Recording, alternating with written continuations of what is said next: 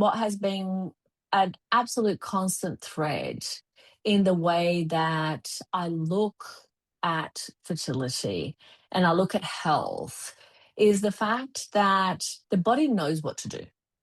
The body is so innately wise and so perfect in so many ways. And one of the things that I am so in awe about is how, when you remove the obstacles to optimum health, you all of a sudden have an entirely different conversation with the body about fertility.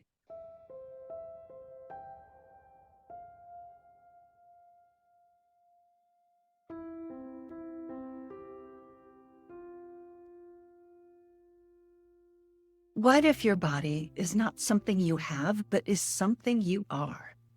Welcome to the Brilliant Body Podcast. I'm your host, Ali Mazet, somatic therapist and sexologist with a lifelong fascination for the challenges and opportunities that come with being the bodies that we are. Join me and other body masters as we explore the art, science, and brilliance of the body and debunk the mind-body split by expanding the meaning and experience of intelligence, which goes way beyond just thinking. So let's dive in.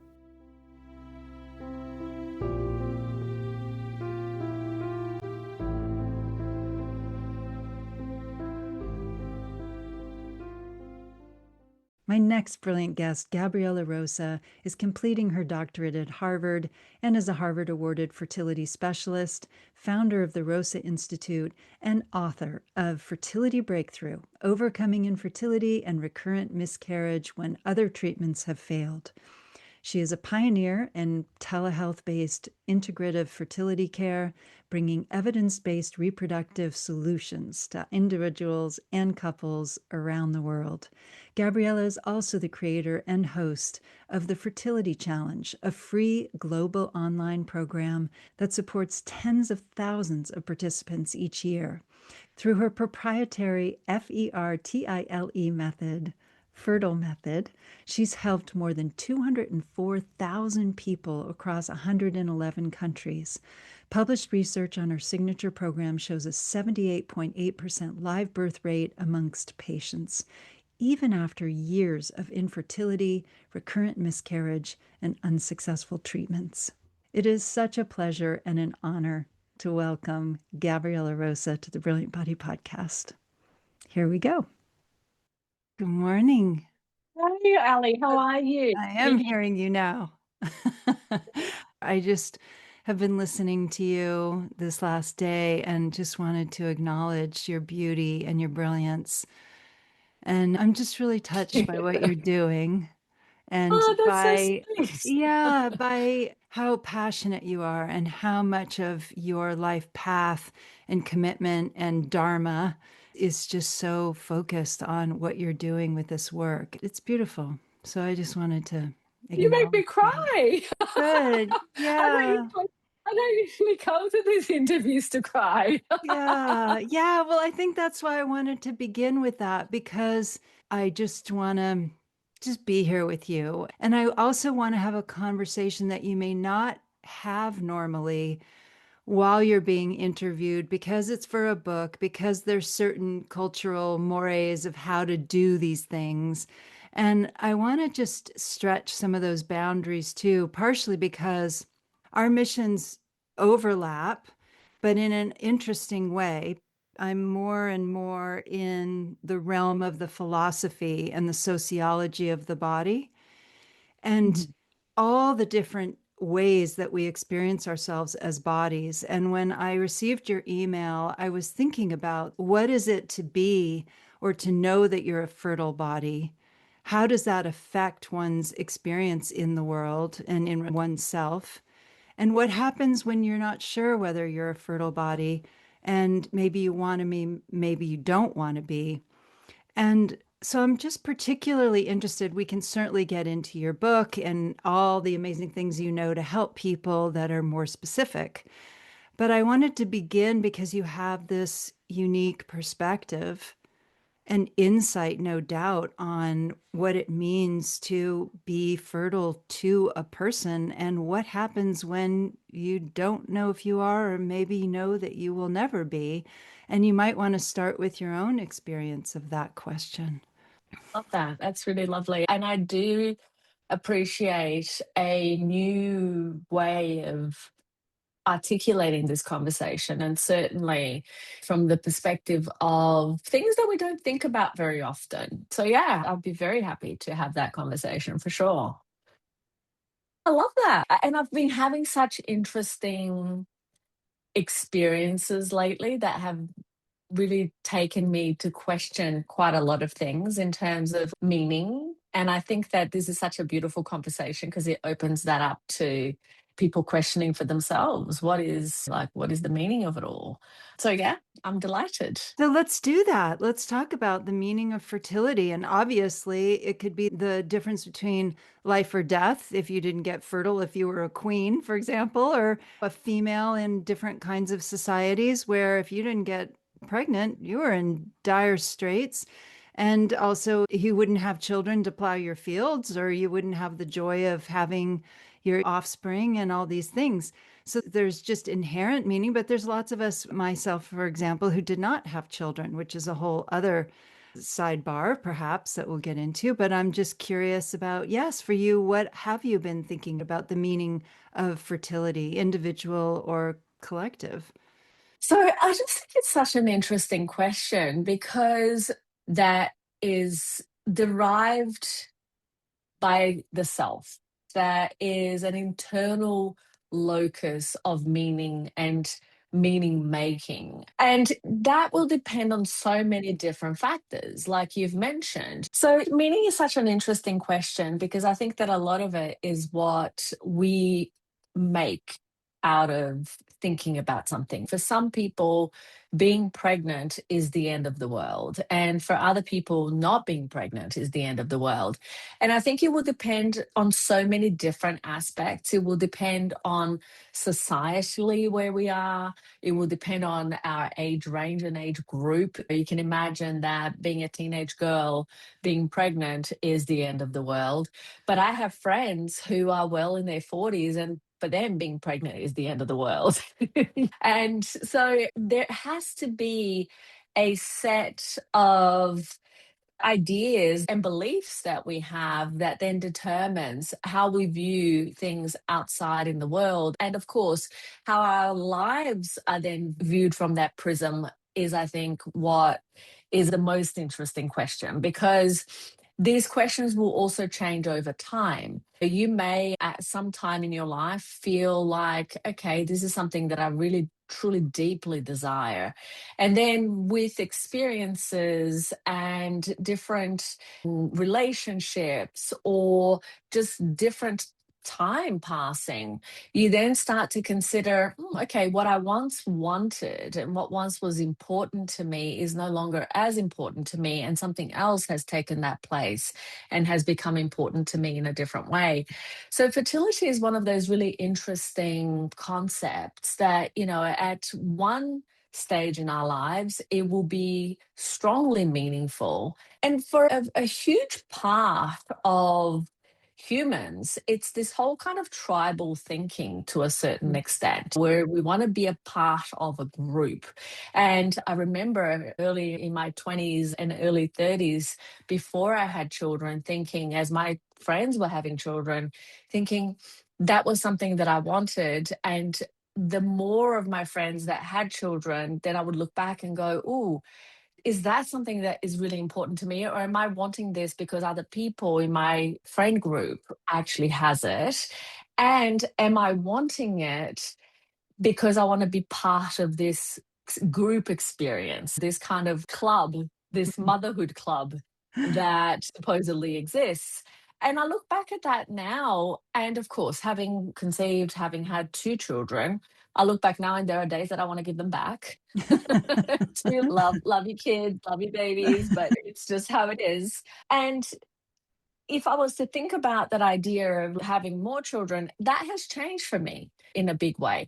And so the only explanation that I have in terms of being human is that often we want things that either we can't have, or we want things because we are comparing ourselves to others. And not that fertility is that experience that if you don't have it, you will regret it. Because some people, my sister, for example, decided that she never wanted to have children. And she's very happy with that decision. And she's at a stage now that she can no longer have children. Even if she wanted to, she would have to use donor egg or alternative ways of doing it. But she ended up deciding that for her and her life and the kind of vision that she had for her own life, that a dog was going to be more of benefit. It was going to serve her purposes a whole lot more.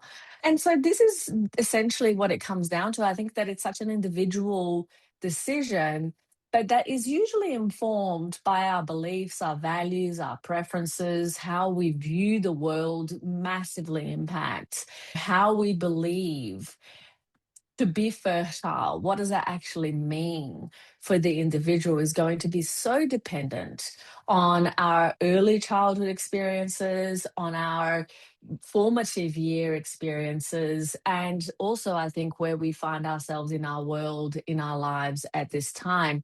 I certainly know that for me, when I think about fertility, I think about creativity. Those two are very interlinked for me because the act of creativity, the act of creation is one of the same. And whether you're creating a beautiful meal or you're creating an art piece of work or you're creating a principle applies across all of those experiences. Of course, some are more lasting than others, like a baby will last many more years than a wonderful meal.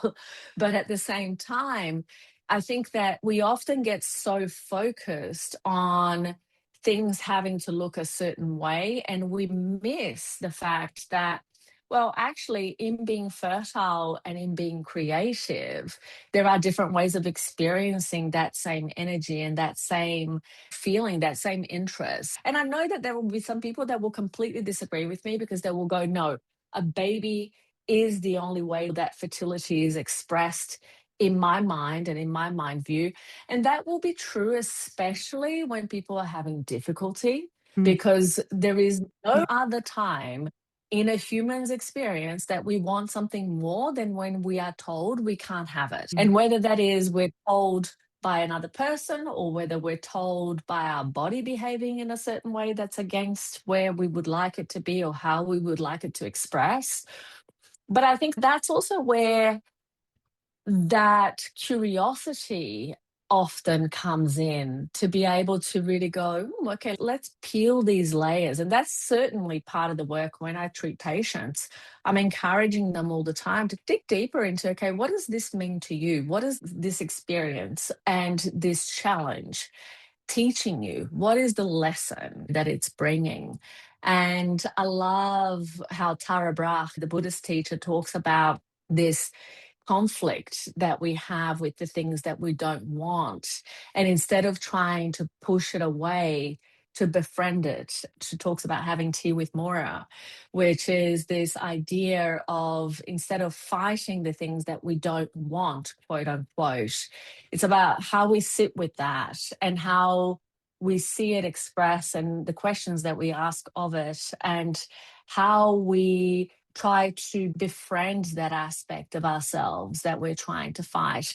Because truly, the patients that I see that have the most difficult time through infertility and then after overcoming infertility, having a baby, are the ones that cannot find peace in what is.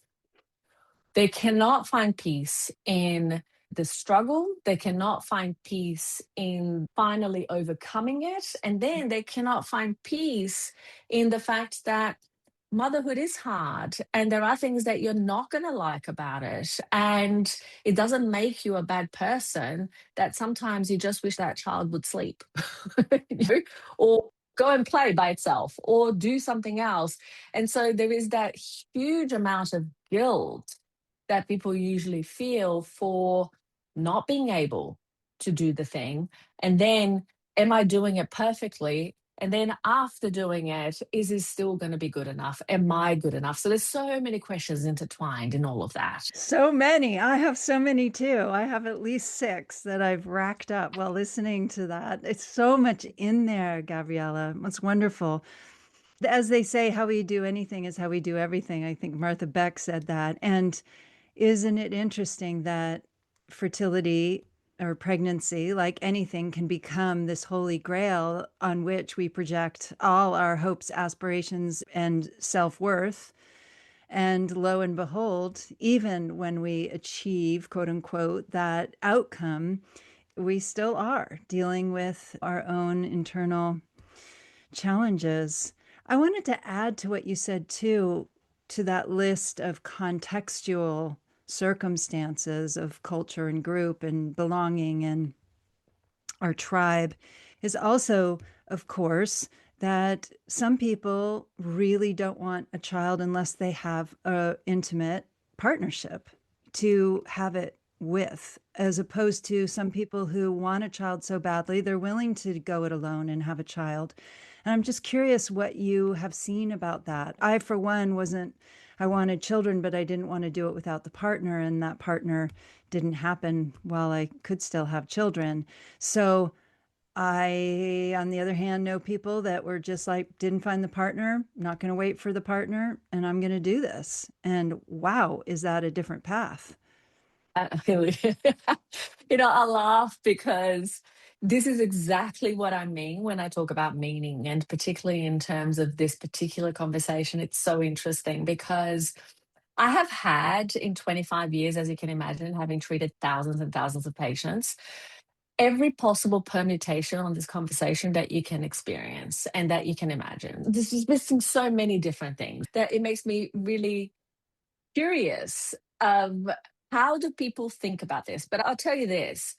There are some people, certainly, and I think that it's the vast majority. When I look at my entire patient data set, it would be over 95% of people come to us in a heterosexual relationship with a partner. Okay. Now, that's not to say that those are the only people that we treat. We treat anybody who comes in for treatment who wants Mhm. support. So, from that perspective, like I've had polyamorous relationships with all sorts of different types of permutations. And that's fine that people want to have that kind of dynamic and they know that's essentially what they're getting into. But I've had women who have come to me straight and lesbians who basically were like, okay, you know what? I don't want a man. I want to have a baby, but I don't want the man. And so I'm going to do this by myself. Whereas I've had other women in exactly the same situation that you've said, which is I don't want to wait for a man. And then, of course, there are women who are like, I don't want to do this with a man. And there are situations like yours and like myself who I would not want to have a baby without a husband because for me, in my mind, it was just too hard. It was just too much work. Like it was just, I don't know that I could have coped.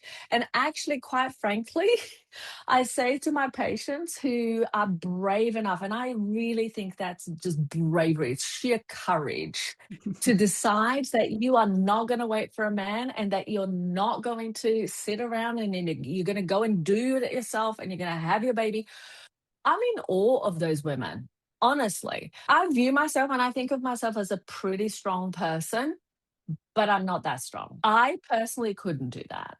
And so when these women come to me and they're like, okay, I'm not waiting for a man, or I don't want a man and I'm going to do this myself, I'm like, all right, we will be your support system and we'll be here with you. But it's again, and I think that there are so many different aspects of the concept of how you envision family and home. What does that actually mean? So, when you ask what are the types of situations that people come and how do they actually conceptualize that, I've seen all sorts of different things, like I said before. And so it just really, I think it's a very personal decision. And I think that there is no right or wrong. Like sometimes I tell you what, had this one lady who came to me, she was so committed to having a baby. She ended up being at the stage where she could no longer have a baby with her own eggs. So she decided to do donor egg. And she went through 4 donor, and then she came to me with that kind of history. And she basically went on to conceive and have her daughter with donor child on her own. And she is the most incredible mother. She takes this child camping and doing all of these things that normally you would wait for a guy to do it.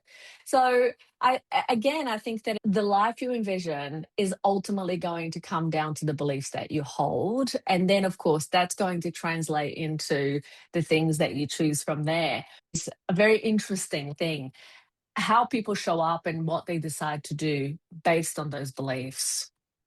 Okay, so let's open another topic here adjacent to this, which is when people decide, or perhaps they have always known that they do want a pregnancy, and then their bodies don't get pregnant.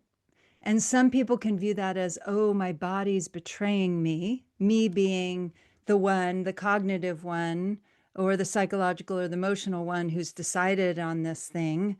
And yet then this body that is just this physiological either vehicle and or barrier at this point, obstacle or enemy to what I am wanting. What is your view of that? Because I realize this gets into really the depth of what you do and all the different factors that don't tend to be looked at when people don't conceive or come to term. But I think this is a really interesting, what could be viewed as a split.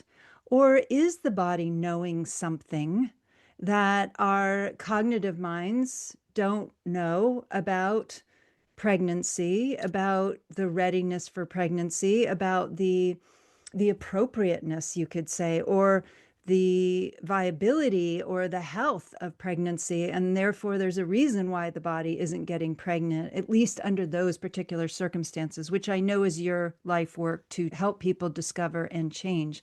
But I'm curious about what this discrepancy that can be so painful for people reflects for you. Yeah, it's really interesting because for most people, the mental component, the mind body component of having a baby is rarely what gets in the way for most people. And I can say this with a very strong level of certainty because what we know from population studies is that in the general population, for people who want to get pregnant, 96.3% of them will conceive within 2 years of trying. So this is population data. So we know that the majority of people don't struggle to have a baby. And yet the statistics show us that 1 in 6 couples has difficulty conceiving or keeping a pregnancy to term. But again, if we zoom out into what that means for the general population, it's less than 4% of people who actually really struggle. And out of those 4%, it's a tiny percentage of people who will struggle because of major traumatic events that then stops their body from doing what it would normally do. And there are situations where trauma will cause, instead of just being correlated, will actually cause somebody to shut down and completely decide, consciously or unconsciously, that they will not conceive. Those cases exist, they are real. And each person, when you are unraveling this in a case and in a situation, it's almost like you do have to peel those layers very gently, because that ultimately, in the cases where it is a trauma situation, there's usually a lot to unearth in those. Do you have an example of Oh, no? childhood sexual trauma in general, like sometimes even just major psychological trauma from abusive households and growing up in abusive households, all of those types of situations of very specific kind of mental emotional trauma could certainly induce a situation where a person does not feel safe and therefore feels like reproduction is also unsafe. as a result of that. There's a wonderful book, The Body Keeps the Score. And what is his name? Van Kirk? Yeah. I forget Kolk. the researcher's Vander name. Kolk. Kolk. That's right. That's right. And so his research is really interesting because it shows exactly this. It's this whole idea of how our emotional life impacts and the body keeps that memory and that score of what's going on. And again, the evidence in that kind of realm is very robust and it's a growing body of research for a reason.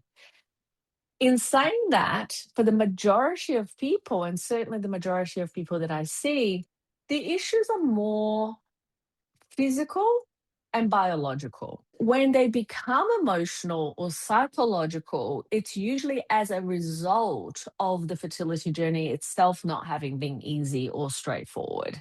So it's almost an infertility or recurrent kind of failure, whether it's inability to conceive through fertility treatment or natural conception, or because a pregnancy loss event keeps occurring.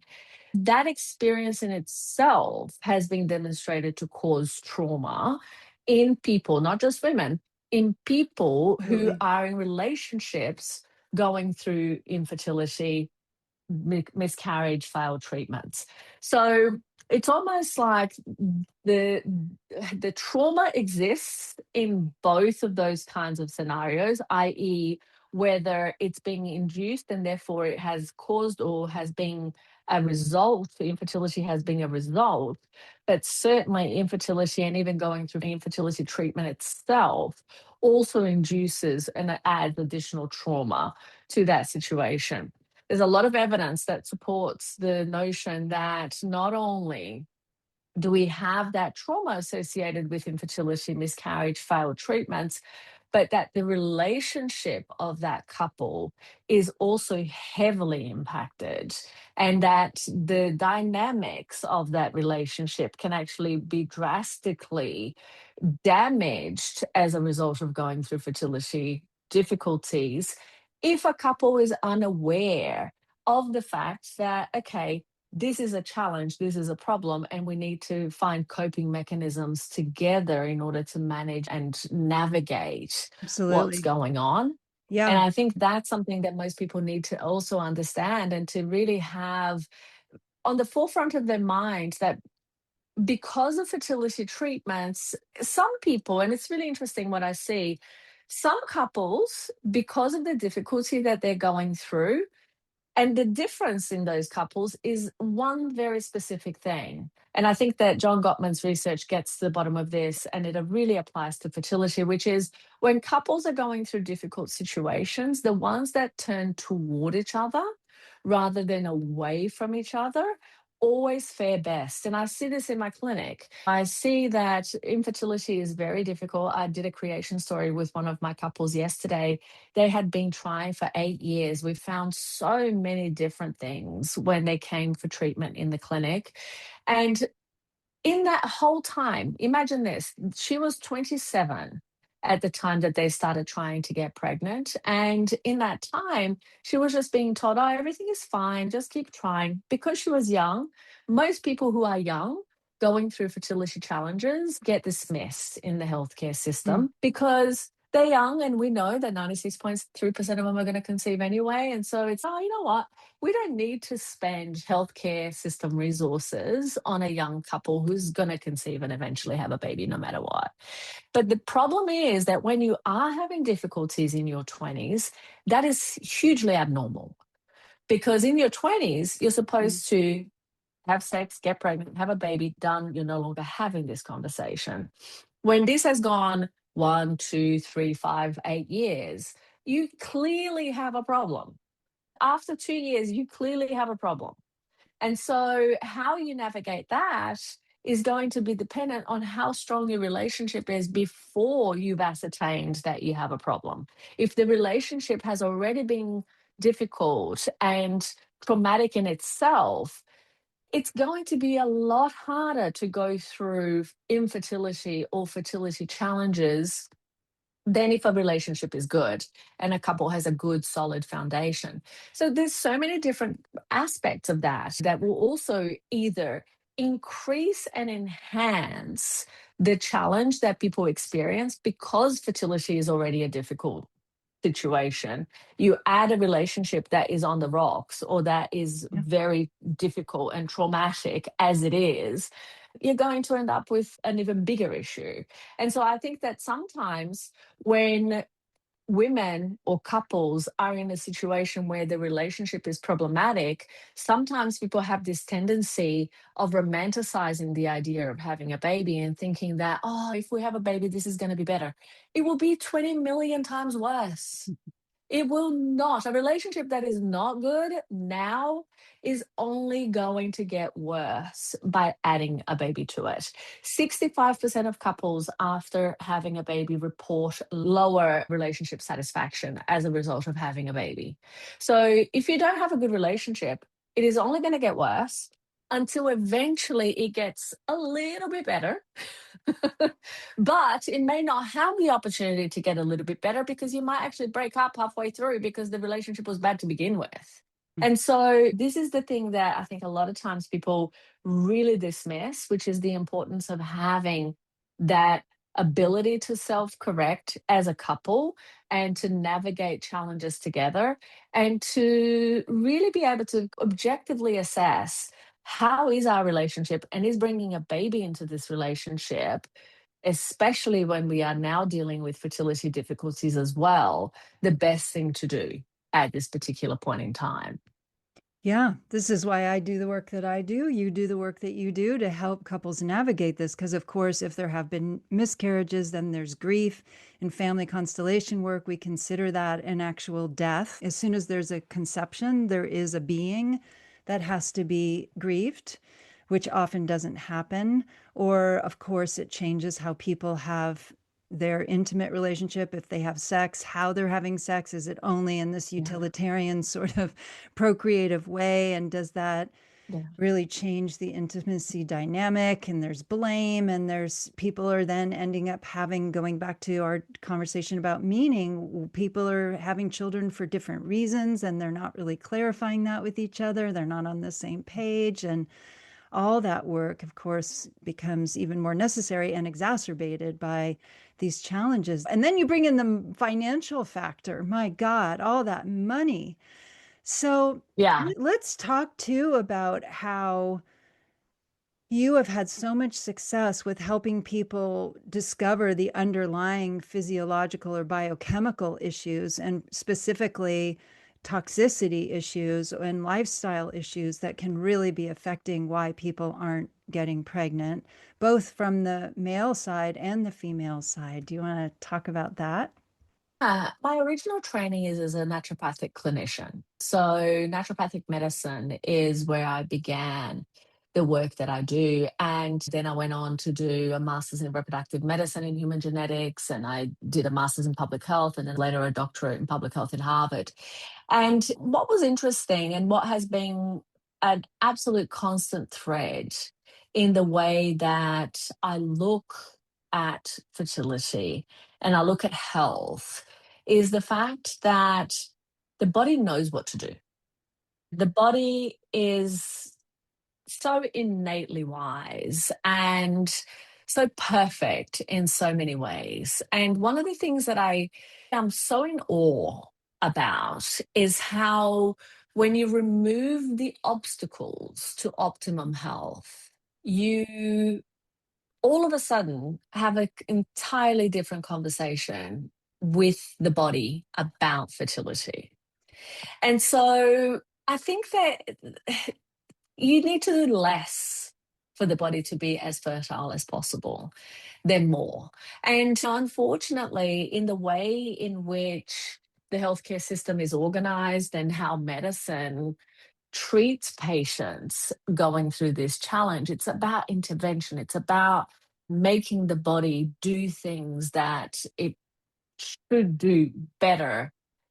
That's not how it works, in my opinion. And certainly in my experience, having treated literally thousands of patients, what I know to be true is that, yes, sometimes we need antibiotics. Yes, sometimes we've gotten over the point where surgery is unnecessary. We may need surgery. We may need kind of treatments that aren't simply a matter of removing obstacles, and sometimes they are the obstacles. But for the most part, it's amazing to me how often when we approach fertility and when we approach health to optimize fertility from a perspective of, if you were pregnant right now and you were wanting to give your baby the healthiest possible start in life, what are all of the things that you would absolutely start doing and stop doing to ensure that your baby was the healthiest it could be? It's incredible how the body transforms itself. If I was to ask probably any woman, and even men, what are the things that you would say to your partner, or what would you say to yourself if you were pregnant right now? What are all of the things that you would absolutely start doing and that you would absolutely stop doing if you were gestating your child and if you were nurturing that baby to the best possible start in life? What are those things? Everybody can answer that question. It's really fascinating to me how really there isn't a person who wouldn't come up with a very long list of things if prodded. And yet we forget that's what it takes. And that's what it takes way before a baby is even in situ, has even been created and is even being gestated. And the more we remember that, the more we remember that the body knows what to do. The body is an incredible organism of homeostatic balance. And if we look at what balance actually means, which we can't measure balance, we can only measure degrees away from balance. Therefore, what that means is that we need to understand that if we remove the obstacles and we give the body what it needs in order to be as healthy as possible, and those things would be good quality sleep, movement, nutritious and nourishing food, clean and filtered water, already we are so far ahead of essentially ensuring that the body has the building blocks to do what it needs to do. And then you go on the other side of that and you remove the things that we know damage cells and damage the body. Drinking, smoking, the opposite of everything else that I've talked about, ultra processed foods, and so on. And all of a sudden, the body has a foundation that it can actually utilize to do exactly what it can do normally.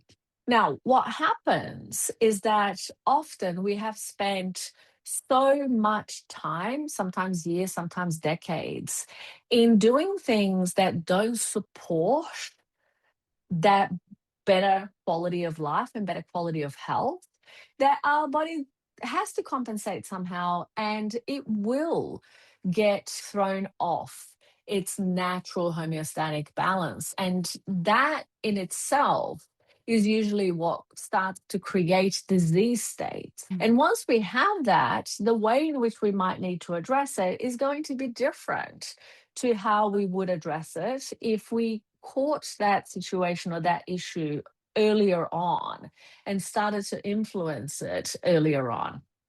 But even in that situation, and this is something that I see very frequently, by the time people come to me, and we know this because this was my master's thesis at Harvard, was looking at the fertility breakthrough program and the kinds of patients that were coming to us. And we did a study that involved 544 patients, looking at the live birth rate, looking at what kinds of people were coming to us and what was their circumstances. And what we found was that the average number of years that people had been infertile by the time they came to me was 4 years, plus or minus about 2.5 years. We found that almost 50% had experienced failed IVF treatment, more than 50% had experienced recurrent miscarriage. And what we noted was that at the end of treatment, 78.8% of them had taken home healthy babies. And so when we looked at that and we looked at, okay, how long did that take? And this was a really interesting finding, that we've since really put a lot more effort into getting people to do things faster. But what we found was that even on an average of 4 years of infertility, The average number of months that it took for people to get pregnant was 12, plus or minus about 9 months, which meant that some people conceived within 3 months despite long-standing infertility, and some people took longer than that. And then when I went back to look at, okay, but was that standard deviation so high? Why was it that some people with 4 years of infertility conceived within 3 months and others with more than 2 years? And the reason was usually because they didn't action the first step that we get them to do, which is diagnostic testing quickly first. And so, what did that teach me? That was really such an interesting moment for me because when I realized that, okay, some people had started treatment and we start to put in place best practice and the things that they need to do straight away. But instead of going and doing testing immediately, straight away, some people 6 months or 8 months down the track still hadn't done all of the testing that we needed them to do. And so, with that, it had delayed us finding the things that weren't just going to be rectified by putting best practice in place, improving lifestyle, improving diet, improving sleep, improving exercise, and all of those things. And so this was a really big learning curve. Now, because we understand this, we do that very differently. We make sure where is your testing? Where are your test results? So that we can start to tweak and fine tune the recommendations to what is currently present immediately so that we get faster results. But ultimately, that was something that was really interesting because what I realized in that was that even though some people didn't action quickly, didn't get their tests, and therefore we found things later, on that 4 year mark of having tried to conceive, many of them went on to have a completely different experience of their body, their health, and their fertility just by applying what we've talked about before, which is that idea of acting pregnant now to get pregnant later, removing the obstacles to optimum health and optimum fertility, and adding the building blocks to good quality health and good quality life. So to me, that was really like it was a moment of reckoning to a certain extent, but also it was a moment of validating that feeling and that idea that the body really does know what to do. So to me, that's just the most miraculous, Mhm. marvelous thing to be able to connect with that idea that, gosh, there is so much that we don't need to intervene on Mhm. because if we give it the proper environment, it does what it needs to do beautifully. Yeah, I wanted to give an example from my own life, which is that I had an osteopath, naturopath many years ago test me with kinesiology, and that I had no problem with conception, but I did with implantation because the uterine lining was toxic. I had never heard that distinction before, that people can not have children because they might be very fertile, but they're not implanting, so they're not gestating to term. And I don't really hear that spoken about. And I'm very curious about that because this was an amazing woman. I sent many people to her who subsequently got pregnant because she knew how to detoxify the uterine lining so that an embryo could stay and grow. Is that common knowledge now? And do you implement that as well? That's a great question. And so I think that the language is probably just a little bit different. The way that I would express that is probably a little bit different in terms of implantation failure is real. And how do we know that it's real? Well, basically, if you have somebody who goes and does IVF and has embryos and you have an embryo transfer, at the time of transfer, you are pregnant, categorically pregnant. Whether you end up seeing a positive pregnancy test at the end of the 2 week wait or whether you don't is essentially just a matter of implantation. And whether implantation worked or it didn't work, that is going to be determined by many factors immunological components, microbiome components. Toxins themselves are usually not a reason, although toxin, for example, as in cigarette smoking, is going to be definitely something that's going to reduce implantation. And so the majority of the reasons as to why implantation doesn't happen is usually because there are various means in which it actually can occur. It can be that the lining itself hasn't been prepared enough because of hormonal imbalances. If you don't have enough progesterone, if your progesterone uptake is not what it needs to be, even for example, if the natural conception, if we look at natural conception on its own, if we have an ovulation that is earlier than normal, you're going to end up with a less mature egg, which then releases a less than robust corpus luteum. And that is what makes progesterone. Also, if your lining is impacted in some way from different health conditions, inflammation being one of them, and you have a situation where you have increased inflammation, you're going to have decreased implantation. And increased inflammation can happen from various reasons, from infections to insulin resistance to you name it. So there's lots of reasons as to why implantation failure may occur.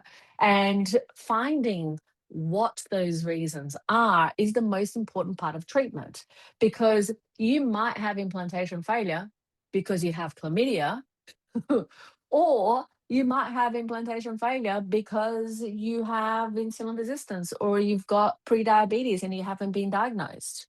And it could be a combination of various factors too. It could be the fact that you have sperm that, let's call it toxic. Toxicity in sperm is a real thing. It causes lots of different oxidative stress. It causes it to be morphologically not shaped properly, not swim properly, you name it.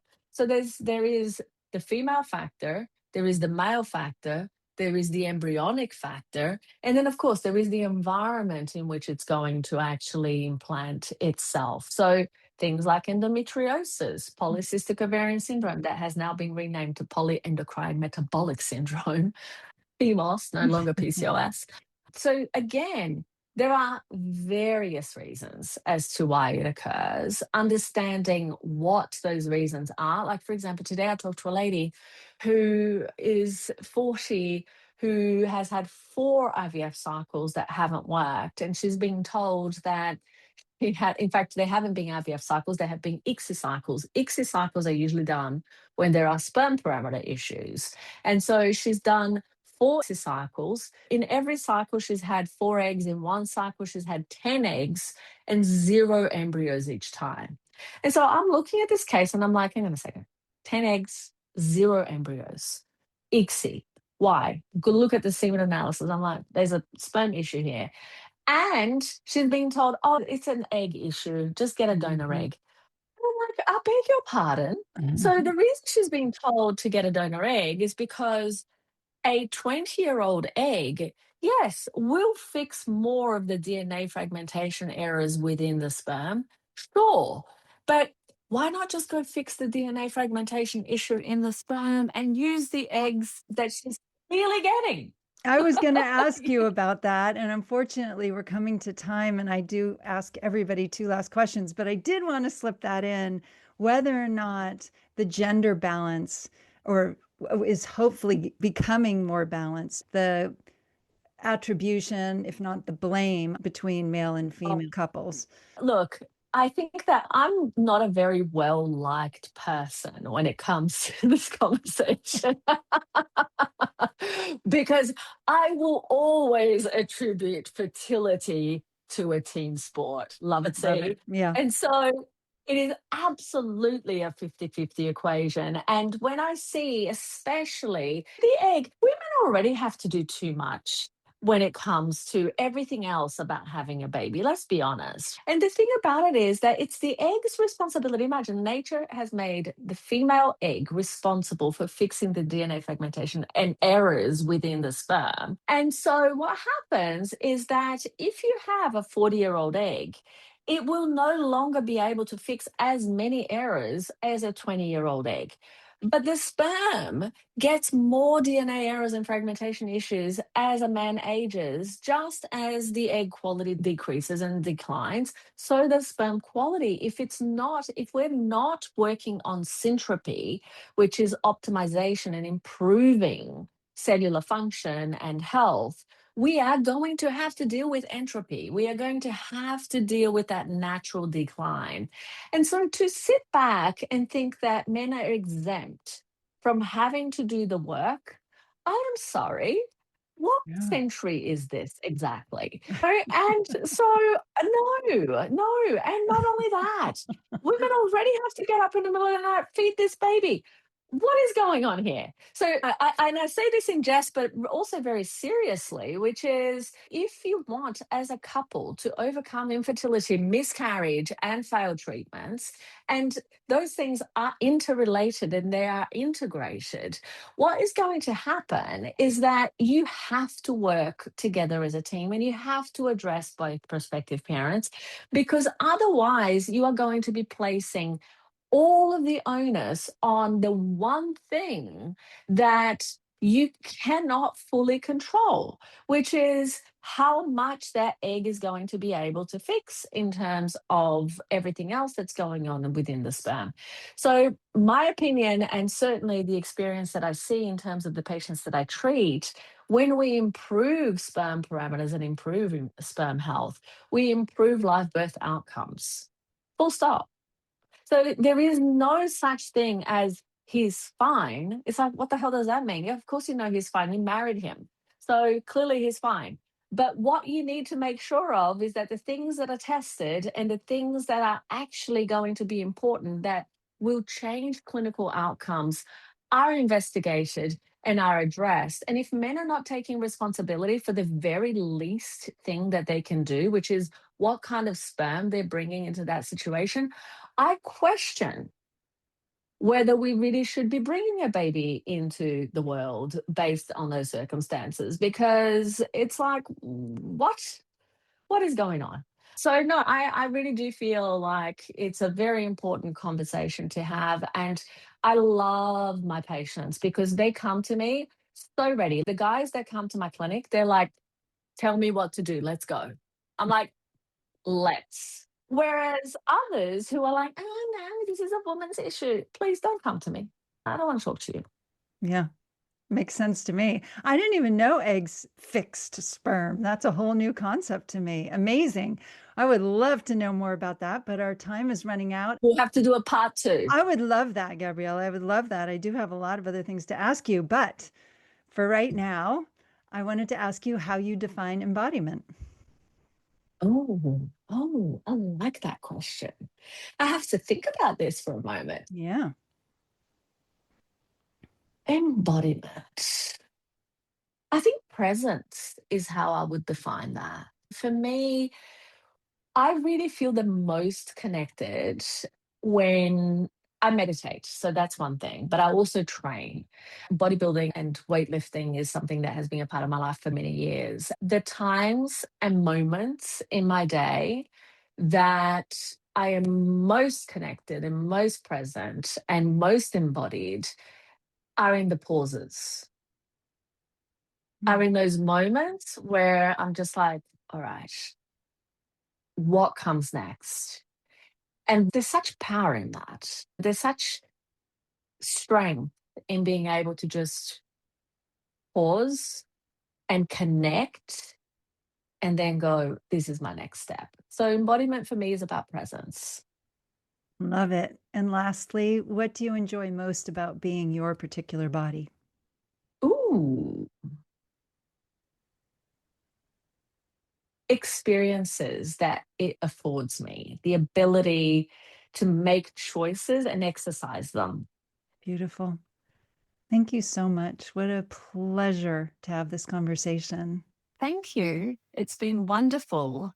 I loved how we entered the conversation and that opportunity to really think about meaning and what it means to do these things. And I think that there's so much there in terms of choice and exercising those choices and those decisions that we typically take for granted. I think that so much of what we do in our day to day, even in the decision of having children, is almost pre selected. It's a default in the consciousness Yeah. of society. It's like you're going to get married, you're going to have children, you're going to do these things. And to be able to stop and think about, well, actually, what does it mean? And the fact that these are considerations, and how lucky and fortunate we are, really, that we get to make those kinds of choices, because there are still people in the world today who they don't get to make the choices that we get to make. So I think it's beautiful and reverent to really be able to connect with that.